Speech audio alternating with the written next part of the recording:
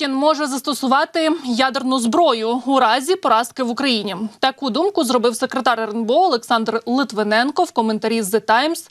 З лютого 2022 року російські офіційні особи часто погрожують застосувати ядерку проти України або наших західних союзників.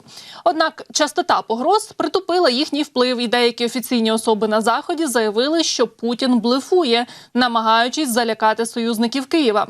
Китай також заявив, що будь-яка ядерна ескалація конфлікту неприйнятна. Однак, відповідаючи на запитання, чи існують все ж таки обставини, за яких Путін може вдатися до використання тактичної ядерної зброї, Литвиненко сказав, цитую, «Ми не можемо нічого виключати, якщо Росія опиниться на межі катастрофічної поразки. Така поразка, за його словами, може призвести до розвалу російських фронтів, дезертирства з армії та протестів у Москві». Водночас секретар РНБО Литвиненко вважає малоймовірним, що Путін застосує ядерну зброю, поки Росія має перевагу на полі бою. Сумнівно також, що Путін використає стратегічну ядерку, яка, напевно, спровокує Третю світову війну, каже секретар РНБО. І Литвиненко також заявив, що поразка РФ на полі бою в Україні не призведе до автоматичного застосування Москвою ядерної зброї, оскільки Путін може спробувати переконати свій народ, що такий розворот – це все одно перемога. У нас є два дуже важливі військові завдання. Перше – зупинити росіян на лінії фронту. Друге – завдати удару вглиб Росії. Наша мета – критично важлива інфраструктура, яка дозволяє Росії вести війну. НАТО веде переговори про розгортання більшої кількості ядерної зброї через загрозу з боку Росії та Китаю. Очільник Альянсу Єнс Столтенберг зазначив, що блок повинен показати свій ядерний арсенал світу, щоб надіслати пряме послання своїм ворогам. Він не став розповідати, скільки ядерних боєголовок має бути в бойовому складі і скільки на зберіганні, але зазначив, що членами Альянсу проводяться консультації щодо виведення ракет зі сховищ і приведення їх у стан бойової готовності. Столтенберг також висловив занепокоєння, що Китай також нині посилює свою ядерну компоненту, і незабаром НАТО матиме справу з двома найбільшими ядерними державами – Росією та КНР. За його словами, ядерний арсенал Китаю зросте до 1000 боєголовок вже до 2030 року. Ну і Столтенберг підкреслив, цитую, що метою НАТО, звісно, є світ без ядерної зброї. Але поки ядерка існує, ми залишаємося ядерним альянсом, тому що світ, у якому є Росія, Китай і Північна Корея, мають ядерну зброю, а НАТО не має. І цей світ є більш небезпечним. Росія блокувала будь-які ініціативи ще перед повномасштабним вторгненням. Тому було обрано правильний процес – саміт миру, а потім розробка детального плану, який передадуть Росії. Про це розповів президент України Володимир Зеленський під час прес-конференції за підсумками саміту миру в Швейцарії. Водночас він заявив, що Київ готовий розпочати переговори з Москвою у будь-який момент, але за умови, що російські війська вийдуть із території України. Що стосується перемовин з Росією, мені здається, я детально сказав. Росія завтра може розпочати, до речі, з нами перемовини, не чекаючи нічого, якщо вони вийдуть з наших законних територій. Це і є просто повага до статуту ООН. Що буде з Росією на другому саміті? Це буде говорити про те, що вони хочуть миру. Їх присутність там буде говорити про те, що вони вирішили закінчити війну. Нагадаю, що 15-16 червня у Бюргенштоку у Швейцарії відбувся перший глобальний саміт миру за ініціативи України. Участь у ньому взяли майже 100 делегацій. Росії та Китаю серед них не було. За підсумками саміту миру 78 країн та 4 організації Ради Європи, Єврокомісія, Єврорада та Європарламент підтримали спільне комюніке. Учасники узгодили єдину позицію щодо 3 пунктів української формули миру. А це ядерна безпека, продовольча безпека і звільнення усіх полонених та депортованих українців, яких викрала Росія. Не підписали документ такі країни, як Саудівська Аравія, Таїланд, Індія, Мексика, ПАР, Бразилія та Об'єднані Арабські Емірати. Більше того, за кілька годин стало відомо, що Ірак та Йорданія відкликали свої підписи під комюніке глобального саміту миру. Причин відгуків підписів цих двох країн наразі невідомі. Офіс президента уже подав заяву до Швейцарії, аби дізнатися ці причини. Ну а міністр закордонних справ Дмитро Кулеба заявив, що комюніке відкрите для підписання країнами і після завершення цього саміту. Швейцарія не планує арештовувати російського президента Путіна у разі його приїзду на наступний український саміт миру в Україні. Про це заявила президентка Швейцарії Віола Амгерт. І вона зазначила, що якщо присутність Путіна необхідна для проведення конференції, то можна зробити виняток, наприклад, для мирних переговорів по Україні. Ну а міністр закордонних справ Швейцарії Ігнаціо Касіс уточнив, що візит глави РФ для участі в саміті миру можна було б організувати, але треба це погодити із МКС. Цитую: «Це можна організувати, наші закони це дозволяють, але ми повинні все зробити разом із Міжнародним кримінальним судом», сказав глава зовнішньополітичного відомства. Додам, що наступний мирний саміт для України можуть організувати вже в найближчі 5 місяців, ймовірно, до виборів президента Сполучених Штатів Америки, які мають відбутися у листопаді. Про це також сказав міністр закордонних справ Швейцарії. І наступний саміт щодо України має привести до завершення війни. Туди також буде запрошено і Росію. Про це вже заявив міністр закордонних справ України Дмитро Кулеба. Щоправда, судячи з усього, це може статися після того, як Україна поліпшить свої позиції на лінії фронту. Ідея в тому, щоб наступний саміт став завершенням війни. І, звісно, нам потрібна за столом переговорів і інша сторона. Це очевидно, що для завершення війни потрібні обидві сторони. Наша робота в тому, щоб Україна в цей час перебувала на найсильніших позиціях. Звичайно, ми прекрасно розуміємо, що прийде момент, коли потрібно буде говорити з Росією. Деокупацію ЗС будуть проводити дипломатичним шляхом. Про це заявив Володимир Зеленський. Він зазначив, що за підсумками мирних переговорів будуть виписані чіткі плани дій. Окупація ЗС після саміту наблизилась. Будуть зустрічі, як я вам сказав, так, наблизились. Всі це визнають, що повинна бути деокупація Запорізької станції, дипломатичним шляхом. Я думаю, будуть зустрічатися повністю на платформі, як я вам сказав, одній з держав, там, де буде ядерна безпека, обговориться і виписуватись буде покроковий план. Ну, це наша ціль. Новий пакет допомоги Україні анонсував прем'єр Канади Джастін Трюдо під час саміту миру у Швейцарії. Канада направить нам $38 мільйонів Сполучених Штатів. Гроші підуть на підтримку вразливих дітей, молоді з груп ризику та реінтеграції дітей-переселенців, які повертаються в Україну. Також ці кошти витрачать на покращення доступу до правосуддя для жертв воєнних злочинів, підвищення обізнаності родин та громадянського суспільства про процес пошуку зниклих безвісти, а також на підтримку чоловіків, які пережили сексуальне насильство в умовах війни. Канада також надасть $14,5 мільйонів на відновлення пошкодженого внаслідок російських атак енергетичного обладнання та інфраструктури.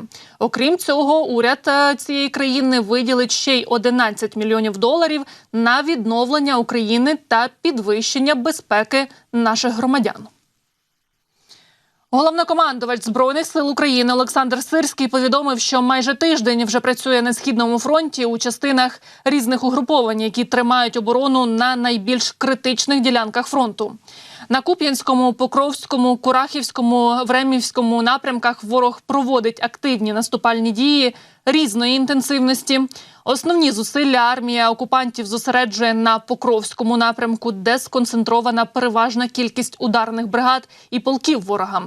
Тривають жорсткі бої і в районах Глибокого, Часового Яру, Старомайорська, Роботиного, Кринок та Острів у прибережній частині лівого берега Дніпра. Цитую: «Ворог чудово розуміє, що в результаті поступового надходження значної кількості озброєння та військової техніки від наших партнерів, прибуття перших F-16, що посилить нашу ППО, час гратиме на нашу користь, а його шанси на успіх будуть зменшуватись. Тому командування російських військ наразі докладає усіх зусиль для нарощування інтенсивності та розширення географії бойових дій із метою максимального виснаження наших військових і зриву підготовки резервів, недопущення переходу до активних наступальних дій, розповів головнокомандувач. По всьому фронту від Харкова до Кринок наші військовослужбовці демонструють стійкість, мужність і патріотизм. А головне – віру в нашу перемогу. Зокрема, днями на Донеччині український воїн однієї з бойових бригад Збройних сил України самостійно взяв у полон 4 російських окупантів. Головнокомандувач Збройних сил України додав, що як ніколи раніше армія наша потребує максимальної підтримки суспільства в усіх сенсах. Збройні сили України, ймовірно, взяли у котел російські війська у Вовчанську. Окупанти потрапили в оточення на території агрегатного заводу. Повідомляють про це російські так звані воєнкори. Їхній штурмовий підрозділ утримував позиції у північно-західній частині заводу, а військовий оглядач Костянтин Машевець заявив, що приблизно 200 російських окупантів на агрегатному заводі опинилися цілковито у котлі. Постачання провізії та боєкомплектів ускладнене. Варіанти виходу лише 2 – здатись в полон або загинути. За даними росіян, окупанти вже декілька днів без успіху намагаються розблокувати своїх військових на території заводу. Російські солдати постійно зазнають обстрілів, і це призводить до збільшення кількості поранених та загиблих. Ну а також є проблеми з постачанням продовольства на завод та із доступом медиків. Як повідомляють українські військові кореспонденти, то за минулу добу було щонайменше 3 невдалих спроби та 1 вдала невеликою групою прорватися до заводу з боку окупантів. Ну і щоб з'єднатися таким чином. Під час таких спроб також поповнюється обмінний фонд або статистика ліквідованих окупантів. Українське командування нині докладає усіх зусиль, аби не дати російським окупантам форсувати річку Вовча і перейти до розташованого за нею іншої частини міста. Дрони «Камікадзе» Головного управління розвідки цієї ночі атакували військові об'єкти у 3 регіонах Росії. Йдеться про удари по Білгородській, Воронезькій та Липецькій областях. У тому числі ціллю дронів став Новолипецький металургійний комбінат та місцевий тракторний завод. Обидва підприємства використовуються окупантами у військових цілях. Про це повідомляють наші джерела в українській розвідці. І за даними російського видання «Астра», внаслідок нічної атаки БПЛА в одному із цехів Новолипецького металургійного комбінату пошкоджено трубопровід. А от влада Липецької області заявила про наліт над промисловою територією. Щоправда, вони стверджують, що усі БПЛА подавили засобами РЕП. Про повітряну загрозу повідомляли також губернатори Білгородської та Воронезької областей. Близько 3-ї ночі за місцевим часом, зі слів місцевих мешканців, на території Воронезької області РФ пролунали вибухи.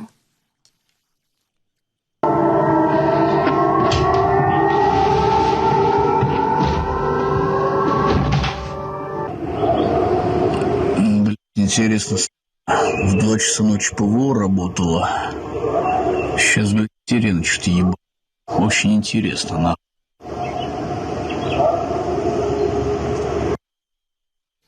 Тим часом у російському Білгороді вранці також спалахнула потужна пожежа, звідки лунали звуки вибухів. Місцеві заявили, що вогонь охопив якийсь зі складів, і, ймовірно, це був склад з боєприпасами.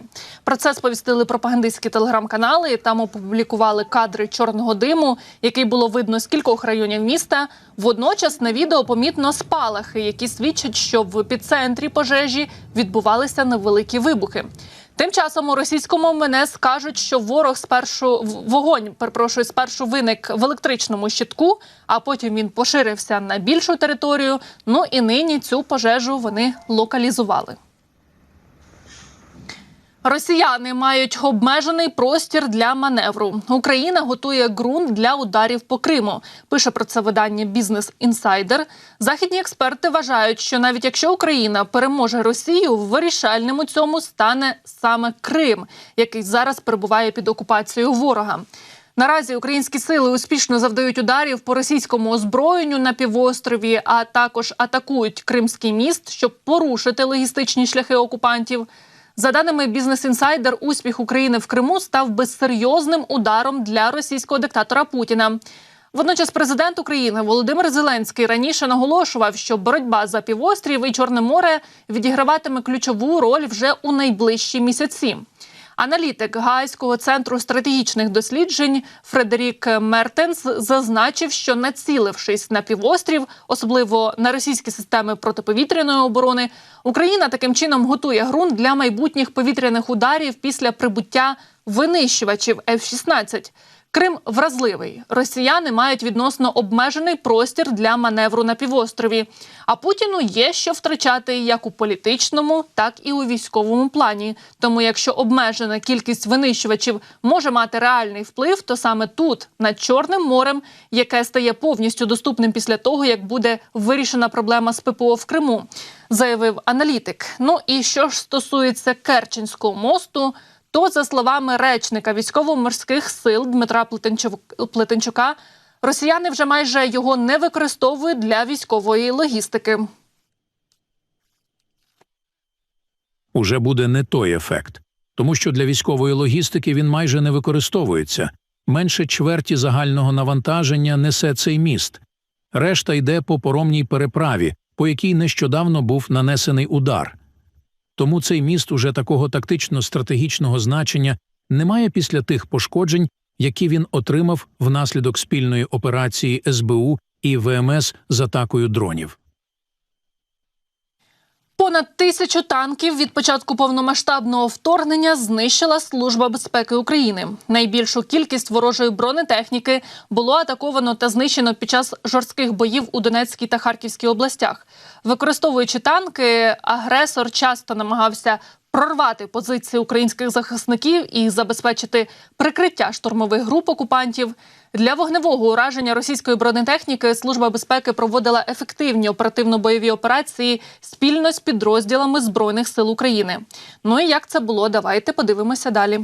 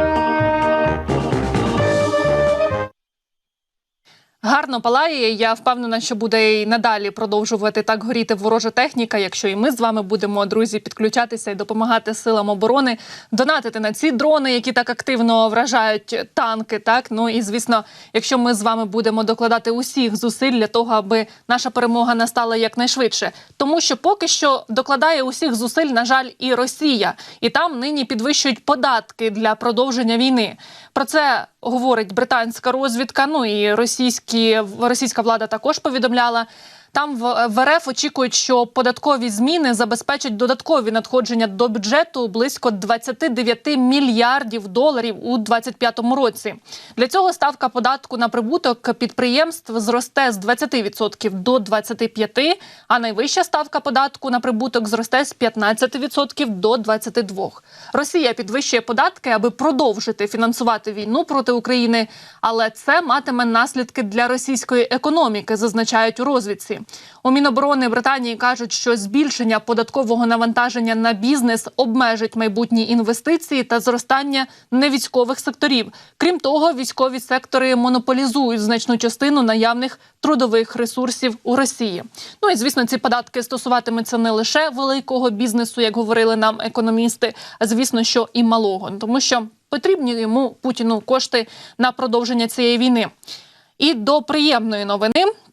Новообраний голова оборонного комітету Бундестагу Маркус Фабер відвідав Донецьку та Харківську області, аби особисто з'ясувати поточні потреби та проблеми українських військових. Повідомив про це народний депутат України, голова постійної делегації нашої держави у парламентській асамблеї НАТО Єгор Чернєв.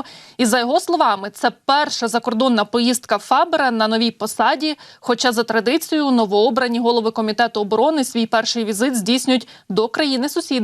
Під час візиту Фабера німецька САУ «Панцергаубіц-2000» знищила ще й російську гаубицю разом із боєкомплектом, додав Чернєв. Це дуже добре, що наші партнери, зокрема ось новообраний голова оборонного комітету Бундестагу, приїздить особисто до України, аби побачити на власні очі, що тут відбувається, які потреби нам потрібно зараз закривати якнайшвидше, і, ймовірно, будуть вони ці питання підіймати вже в своїй державі для того, аби продовжити підтримку України.